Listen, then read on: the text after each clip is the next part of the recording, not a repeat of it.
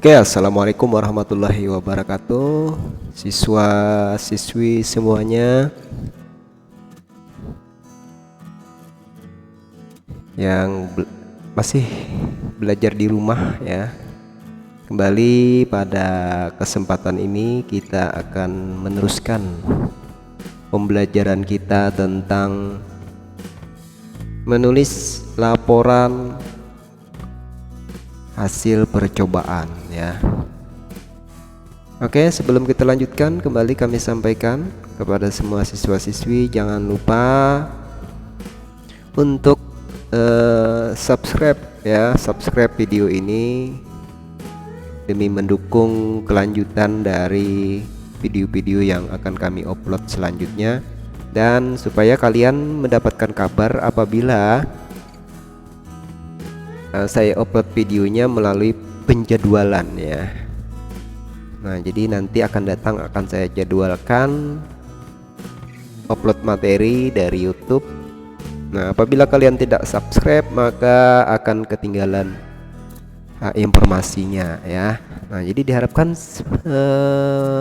dukungannya dalam bentuk subscribe terhadap channel kami, dan jangan seperti kemarin ya, minggu lalu kalian sudah subscribe tapi ternyata unsubscribe ya, setelah selesai pembelajaran malah menghentikan subscribe-nya ya. Ini sangat tidak diharapkan ya, padahal kalian gratis ya, untuk subscribe itu gratis, tidak ada kena bayaran.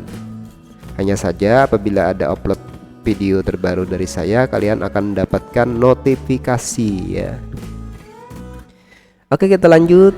Kalian setelah berdoa ya pada pertemuan berikutnya ini, pagi tadi sudah berdoa, maka akan kita lanjutkan pada pembelajaran kita berikut ini tentang kebahasaan pada laporan hasil percobaan. Kemarin sudah dibahas. Nah, kemarin sudah dibahas ini ya. Nah, ini sudah kita bahas kemarin bahwa laporan percobaan itu terutama pada bagian langkah-langkah ya, biasanya itu menggunakan sinonim dan antonim. Nah, pada kali ini saya akan melanjutkan. Kalian sudah mencatat dan meresum semua tentang apa yang saya sampaikan minggu lalu, dan saya sangat bangga kepada kalian semua ya dengan tugas-tugas yang saya berikan yang singkat, namun kalian semua bisa menyimak ya. Dibuktikan dengan adanya resume kalian itu yang kalian kirim melalui formulir online yang saya kirimkan linknya ke grup WA ya. Nah, saya berharap kembali untuk kedepannya hal-hal seperti ini harus kalian pertahankan ya, bagi yang sudah berhasil, bagi yang sudah bisa untuk mengirim tugasnya melalui online ya. Nah, untuk ke depan itu nanti akan saya tambah tugasnya, yaitu menuliskan anggota kelompoknya. Oke ya, anggota kelompoknya minggu depan sudah ada. Nah, kali ini ya, ini saat ini nanti absen yang saya kirimkan itu akan mencantumkan anggota kelompok masing-masing. Kalian tidak akan bisa mengirim bukti kehadiran apabila tidak bisa memasukkan resumenya, dan juga tidak bisa menuliskan anggota kelompoknya, yang nantinya akan saya beri nomor kelompoknya itu ya, kalau sudah semua per kelas ya, per kelas 9B berapa, kelas 9C berapa. Oke, kita lanjutkan materi kita pada hari ini untuk siswa-siswi kelas 9 semuanya yang semoga saja masih semangat belajar dari rumah.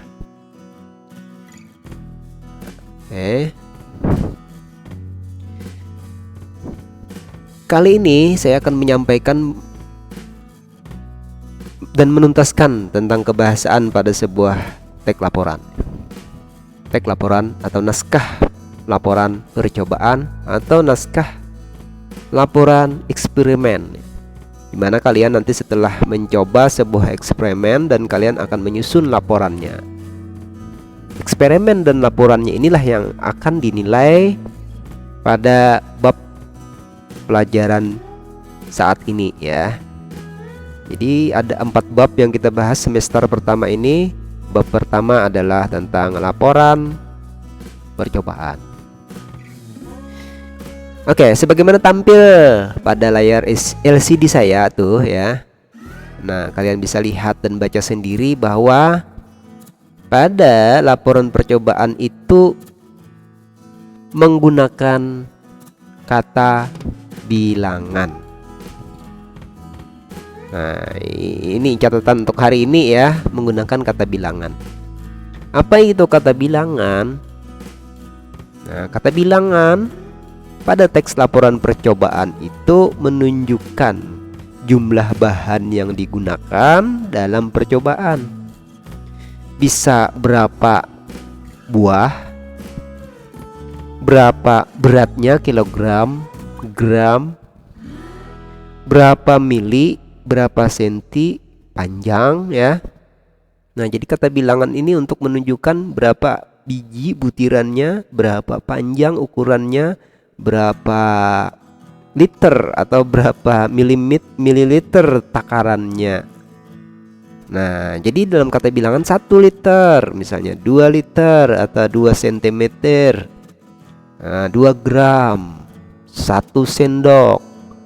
Nah, ini merupakan kata bilangan semua ya. Pokoknya dari angka 1 sampai sejuta dan seterusnya. Nah, itu adalah angka bilangan. Jadi angka bilangan itu nanti diikuti dengan kata lainnya, maka menjadi kata bilangan. Misalnya 10 liter, nah akan menjadi kata bilangan. Jadi ada angka 10 ditambah liter, maka akan menjadi kata bilangan. Ada lagi 10 cm. Nah, 10 itu adalah bilangannya, lalu menjadi 10 liter, maka menjadi kata bilangan. Kira-kira mudah untuk dipahami ya untuk ini. Nah, jadi menggunakan kata bilangan. Kita lanjut ya. Jadi ini singkat saja, mudah saja untuk diingat. Jadi tidak perlu saya tugasi untuk membuatkan contohnya, pasti tahu sudah semuanya. Oke, kita lanjutkan. Kita lanjutkan. Kebahasaan pada kalimat pada teks laporan ini berikutnya adalah menggunakan kalimat perintah. Ini tidak perlu dijelaskan apa artinya kalimat perintah, ya sudah tahu semua. Kalimat-kalimat suruhan ya. Nah, misalnya contohnya, kalimat perintah pada teks laporan percobaan itu diantaranya yang bisa dipakai, perintah untuk siapkan, aduklah, hindari, tambahkan, tuangkan, sebaik-baiknya, campurkan, dan lain sebagainya ya. Nah, udah dipahami ya. Oke, kita lanjut. Sudah 2 ya, sudah 2 catatannya. Sudah 2 catatannya. Catatan yang ketiga, catatan yang ketiga adalah bahwa sebuah teks atau naskah laporan hasil percobaan ataupun naskah teks laporan eksperimen itu mesti menggunakan kata penghubung, baik penghubung antar kata, penghubung antar kalimat, ataupun penghubung antar paragraf dalam sebuah laporan percobaan. Banyak contohnya, semuanya bisa digunakan baik antar kata, antar kalimat, antar paragraf. Yang biasa dipakai antar kata kan dan ya, antar kalimat itu tetapi, apabila, saat. Itu namanya kata penghubung antar kalimat dan kata ya. Jika, sehingga, meskipun, namun. Nah, namun, kata namun itu biasanya digunakan untuk menghubungkan antara kalimat yang satu dengan kalimat sebelumnya ya. Nah, jadi banyak sekali jenis-jenisnya kata penghubung itu, konjungsi itu ya. Ada jenis sebab akibat, ada jenis berlawanan ya. Nah, ada jenis bertentangan, persamaan, setara ya, untuk menghubungkan yang setara. Nah, yang jelas kalian harus mengetahui bahwa itu adalah kata penghubung ya. Tidak perlu mengetahui untuk saat ini apakah itu kata penghubung sebab akibat atau apakah itu kata penghubung setara ya. Tidak perlu kalian pikirkan. Yang penting kalian bisa menempatkan kata penghubung yang sesuai pada saat menulis sebuah laporan, baik itu penghubung antar kata, antar kalimat ya. Misalnya kata kemudian ya, setelah dimasak airnya, kemudian masukkan garam secukupnya. Nah, itu ada kata penghubung kemudian ya. Oke, gampang ya kata penghubung ya. Oke, 2 sudah ya. Kita lanjut lagi yang berikutnya. Nah, tambahan. Nah, ini sebagai tambahan. Jadi yang 2 tadi kalian masuk dalam resume pertama. Resume kedua, ini tambahan ya, yang biasa muncul juga pada sebuah kaedah kebahasaan teks laporan percobaan adalah ada 8 ya. Oke, siap dicatat ya. Yang pertama, nah, dalam laporan percobaan itu, selain yang sudah saya sebutkan itu tadi ya, mulai dari sinonim dan seterusnya. Yang pertama, memperkenalkan aspek umum atau kelompok generik ya, semua. Nah, misalnya kan semua jenis buah-buahan dapat menghasilkan listrik ya. Nah, itu semua berarti umum sifatnya. Apakah itu mau buah apel, apakah itu buah jeruk ya. Nah, yang berikutnya lagi, menggunakan kata tugas hubungan logis ya. Ini kata perintah tadi ya, saya sebutkan tadi kata perintah. Nah, oke, ini. Nah, udah. Yang ketiga, menggunakan kalimat aktif. Lawannya kalimat aktif, antonimnya aktif adalah pasif ya. Kalian sudah tahu itu kalimat aktif itu seperti apa, sudah dipelajari di kelas 8. Kalau aktif itu biasanya predikatnya aktif ya, berimbuhan me. Nah, misalnya memukul, mencampur. Nah, ada kata subjeknya misalnya Ahmad, objeknya bola. Ahmad memukul bola. Nah, misalnya kan memukul predikat, subjeknya Ahmad, bola itu jadi objek ya. Nah, jadi subjek, predikat, objek. Aktif apabila predikatnya berimbuhan me ya, kemudian objeknya dikenai perbuatan. Nah, itu aktif ya. Kalau pasif kebalikannya. Nah, tidak berimbuhan me, yaitu berimbuhan di, misalnya ya, dipukul. Misalnya kalimatnya Budi dipukul Wati. Garam dicampurkan ke air. Nah, itu pasif, bukan ya. Kita menggunakan kalimat aktif. Jadi untuk kaidah kebahasaan teks laporan harus menggunakan kalimat aktif, jangan pasif. Berikutnya, menggunakan kata kerja aktif untuk menggambarkan proses dan aksi ya, kata kerja aktif. Misalnya mengaduk garam dengan air sampai merata. Nah, mengaduk itu kan, mengaduk itu kalimat kata kerja aktif, bukan aduk ya. Kalau aduk tuh belum aktif. Berikutnya lagi, kaidah kebahasaan tambahan yang lainnya yang bisa kalian catat juga nanti dalam membuat sebuah laporan seperti apa adalah menggunakan kata serapan atau istilah khusus sesuai bidang ilmu yang berkaitan dengan objek yang diamati. Nah, kata serapan itu apa? Kata serapan itu adalah kata yang diambil dari bahasa asing. Kalau dari bahasa Inggris biasanya dijadikan kata-kata istilah ya. Nah, ada kata ya, kajian dan ada kata populer. Ya, untuk serapan ini bisa kata kajian, bisa kata populer.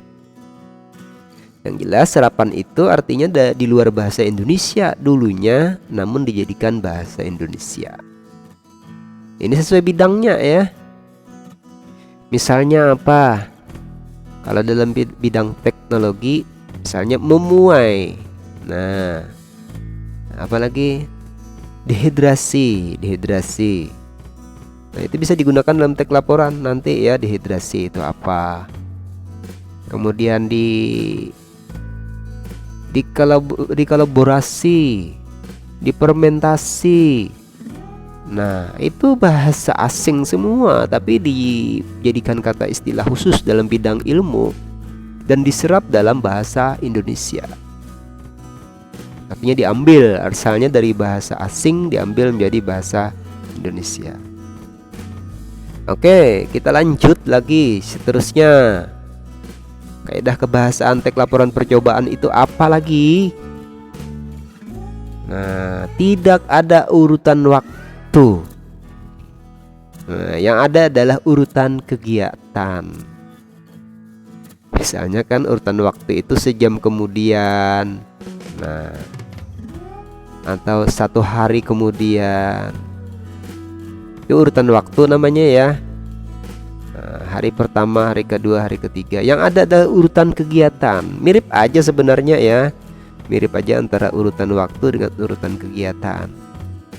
Nah, oke.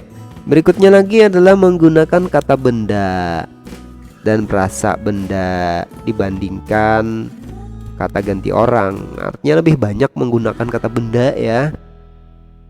Jangan menggunakannya ya. Jangan menggunakan dia. Maksudnya gitu. Jadi kata benda itu misalnya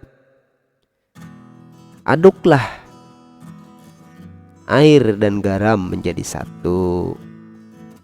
Jangan diganti ya, aduklah garamnya. Garamnya siapa? Tidak ada, Anda tahu ya. Aduklah garamnya. Gimana? Berarti milik siapa itu garam.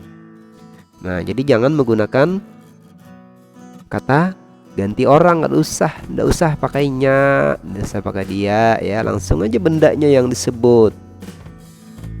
Oke, kita lanjut terakhir pada pertemuan kali ini adalah kaidah kebahasan teks laporan itu biasanya disertai dengan foto, diagram, tabel untuk memperkuat hasil pengamatan. Nah, jadi sambil kalian nanti mencoba sebuah percobaan, karena kita ini mempelajarinya online ya, bukan hanya foto dan diagram, tapi juga perlu videonya. Yang kalian kirim kepada saya adalah videonya ya. Nah, jadi kalian tuh pasti punya Gmail ya. Kalau punya Gmail pasti punya channel YouTube. Nah, aktifkan channel YouTube-nya, nanti saya melihat di YouTube-nya masing di grupnya ya. Nanti kan berkelompok. Setiap kelompok tuh pasti punya channel YouTube ya. Nah, nanti percobaannya upload aja di YouTube. Jadi tidak banyak pulsa untuk kalian mengirim ya. 1 kali kirim sudah untuk beberapa kali tonton ya. Nah, jangan kirim videonya di WA. Kecuali memang tidak punya channel YouTube sama sekali, semuanya tidak bisa mengaktifkan YouTube, silahkan dikirim di WA videonya ya. Nah, saya mau lihat video percobaannya. Dan nanti laporannya juga akan ditulis screenshotnya ya. Screenshotnya akan kalian kirim ke saya. Oke, terima kasih untuk kali ini. Pasti tidak ada yang ditanyakan karena jelas sudah tulisannya dan kalian bisa melihat sendiri teksnya. Sambil saya ngomong ini sempat kalian mencatat ya. Sambil saya jelaskan kalian mencatat. Dan kalian akan menuliskannya di resumen. Nah, yang saya tampilkan terakhir ini nanti masuk di resume yang kedua. Oke ya, paham semua? Nah, untuk catatan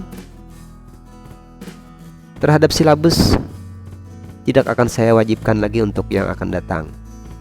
Tidak diisi tidak apa-apa, tapi kalian wajib mencantumkan anggota kelompok percobaan. Oke? Ya. Untuk hari ini cukup sampai di sini. Kalau ada yang ditanyakan, masih ada yang ditanyakan, saya kira sangat jelas ya. Tapi bagus kalau ada yang ditanyakan, tanyakan saja ya. Silahkan tanyakan di kolom komentar channel saya ini, ataupun langsung ke grup. Jangan di japri saya ya. Di grup aja kita diskusinya. Kalau ada yang perlu diskusikan, atau diskusikan di channel saya ini saja. Oke, terima kasih atas perhatiannya. Saya kira cukup di sini dulu ya untuk hari ini. Nah, mudah-mudahan kalian sehat walafiat, dipanjangkan umur, dimurahkan rezeki orang tuanya untuk belikan pulsa ya. Sampai di sini dulu ya. Terima kasih atas perhatiannya, sekali lagi saya ucapkan. Mudah-mudahan berkah ya. Mudah-mudahan manfaat ya. Terima kasih. Selamat melaksanakan tugas resumenya, dan sampai jumpa pada materi berikutnya. Terima kasih.